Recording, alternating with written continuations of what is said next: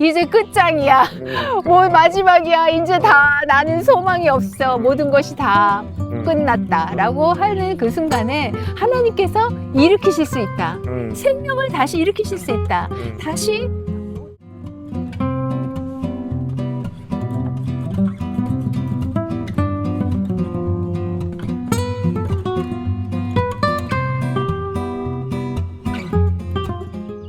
오늘 바울은 계속해서 고린도 15장에 부활신앙, 부활에 대해서 이야기를 하고 있어. 그렇지. 왜냐하면 당시 교회 안에 부활을 믿지 않는 사람들이 있는 거야. 그래서 부활이 우리에게 어떤 의미이고 우리 신앙에 어떤 의미인지를 지금 바울이 설명하고 있지. 그러니까 이제 거기에서 부활을 믿지 않으면 그럼 어떻게 그리스도가 부활했냐? 그리고 만약에 그리스도가 부활하지 않으셨다면 그 우리의 신앙은 무효다 그런 얘기를 하잖아. 그러니까 부활이라는 거는 지금 이 사람들이 어떻게 사람이 한번 죽었는데 다시 부활할 수가 있냐? 다시 살아날 수가 있냐? 말도 안 돼. 그런 것이잖아. 그리고 더군다나 예수님은 그렇다고 쳐도 우리도 부활한다고 믿을 수가 없다라는 것이지. 근데 이제 나는 왜 이런 것을 바울이 얘기하고 있었을까? 아마도 고린도 교회의 성도들이 이 부활에 대해서 다양하게 생각하고 있었던 것 같아. 다양한 의견이 거기 있었거든. 그러니까 아예 부활을 무시한 것이 아니라 부활이 어떤 면에서 뭐 영혼만 부활한다. 아니면 뭐 완전히 뭐 다른 모습으로 다른 사람으로 부활한다. 뭐 이런 이야기들이 많이 있었기에 바울이 확실하게 얘기한 것이 아닐까? 지금도 우리가 그런 논쟁을 교회 안에서 하지는 않지만 각각 나름대로 각자의 부활에 대한 컨셉, 부활에 대한 생각이 있는 것 같아. 그치? 그래서 내가 죽으면은 내 영혼이 하나님께로 가는 거를 부활이라고 생각하는 분이 있을 테고, 그리고 내가 죽으면 혹시 어느 다른 다른 어떤 차원에서 다른 사람으로 내가 태어나는 것이 아닐까? 그거를 부활이라고 생각하는 근데 분도 이제 있을 거야. 우리가 복음서를 보면 예수님께서 부활하신 그것을 볼 수 있잖아. 예수님께서는 온전히 부활하셨어. 그 몸도 부활하셨어. 맞아. 그런데 그 모습은 여전히 예수님의 모습이었잖아. 예수님의 모습이지만 더 이상 제한받지 않는 그러한 육체를 가지신 것이지. 그러면 이제 우리가 그분을 보면서 그분이 첫 열매고 우리에게 본을 보여주셨잖아. 그러면서 이제 우리도 그렇게 부활한다는 거 아니야? 우리의 육신이 제한받지 않는 몸으로 갔지만 내가 어떤 다른 사람이 되는 것이 아니라 내가 가지고 있는 이 키 이 정도의 몸무게 이 정도의 이런 사람이지만 가장 베스트 버전으로 그치. 우리가 부활한다는 것이겠지. 얼마나 감사하고 좋은지 모르겠어. 왜냐하면 점점점 우리도 연약해지잖아. 나이가 들면서 이 세상에 있으면서 그러면서 마치 이 세상이 끝난 것처럼 여겨지지만 그러나 우리에게는 부활이 있다라는 거, 그 부활의 소망이 있다라는 것이 얼마나 좋은지 모르겠어. 그래서 만약에 예수님이 부활하지 않으셨다면 그러면 우리의 신앙은 다 헛거다. 그렇지. 우리가 죄를 사함 받은 것도 이거는 무효고, 그리고 우리가 예수 그리스도를 믿는 이것도 어떻게 보면 소용이 없다라는 거잖아. 그러니까 이제 부활하셨다라는 거는 죽음이 더 이상 예수님을 붙잡고 있을 수 없었다라는 것이잖아. 사망 권세를 이기셨다라는 거거든. 그런데 예수님이 스스로 부활하신 것이 아니라 예수님의 죄 없음이 증명되었기 때문에 하나님이 그분을 죽음에서 일으키셨다라는 것이거든. 그러면은 우리도 마찬가지로 예수 그리스도와 함께 장사된 우리가 더 이상 그 죄가 우리에게 왕노릇하지 못하기 때문에 하나님께서 우리도 그 죽음에서 일으키실 거라는 거지. 그러니까 우리가 그거를 생각할 때 부활이 없다면 이 복음은 말이 안 되는 거야. 그렇지. 근데 이제 나는 이런 생각을 해봤어. 왜 고린도 교회 성도들이 이런 나름대로 자기의 그 부활의 생각이 있었을까? 그거는 의학적으로 볼 때 이건 불가능하잖아. 그치? 아니, 당신 한번 생각해봐. 죽은 사람이 갑자기 하루에 어느 날 나타났어. 이게 가능하다고 봐?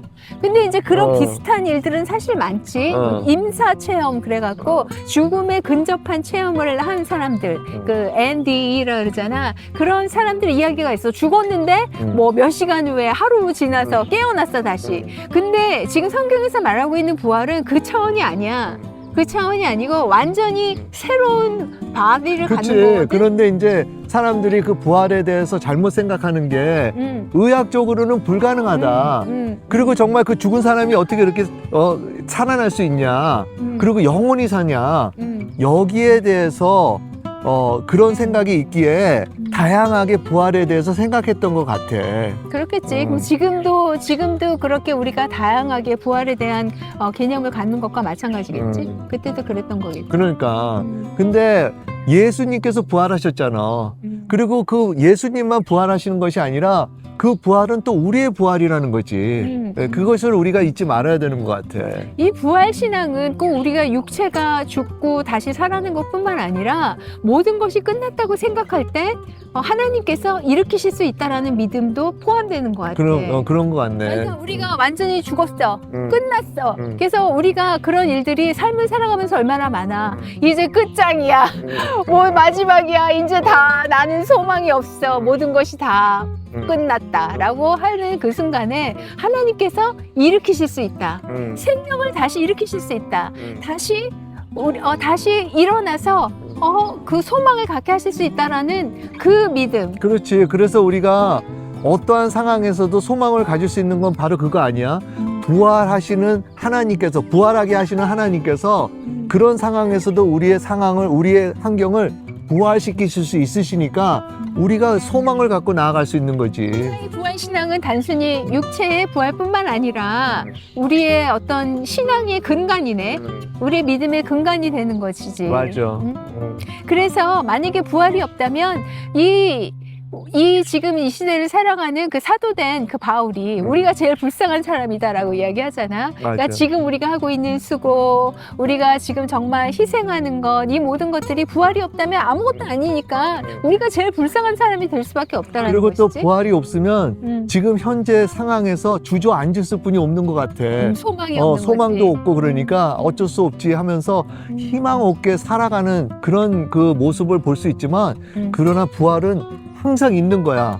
나는 오늘 우리가 지금 얘기하고 있지만 그 미래에만 부활이 있는 것이 아니라 지금 현재도 하나님께서는 우리를 부활시키시는 거지. 다시 일으키시는 거. 다시 그치? 일으키시는 거. 그래서 우리가 주저앉아 있지 않아도 그 부활의 소망을 갖고 하나님을 바라볼 때 하나님은 우리를 일으키신다라는 거. 맞아. 그런 거를 우리가 경험하면서 사는 거네. 꼭 그런데 보고서 이제- 경험하는 게 아니라 그럼. 매 순간. 그런데 이제 우리에게도 그런 잘못된 생각들이 투입하잖아.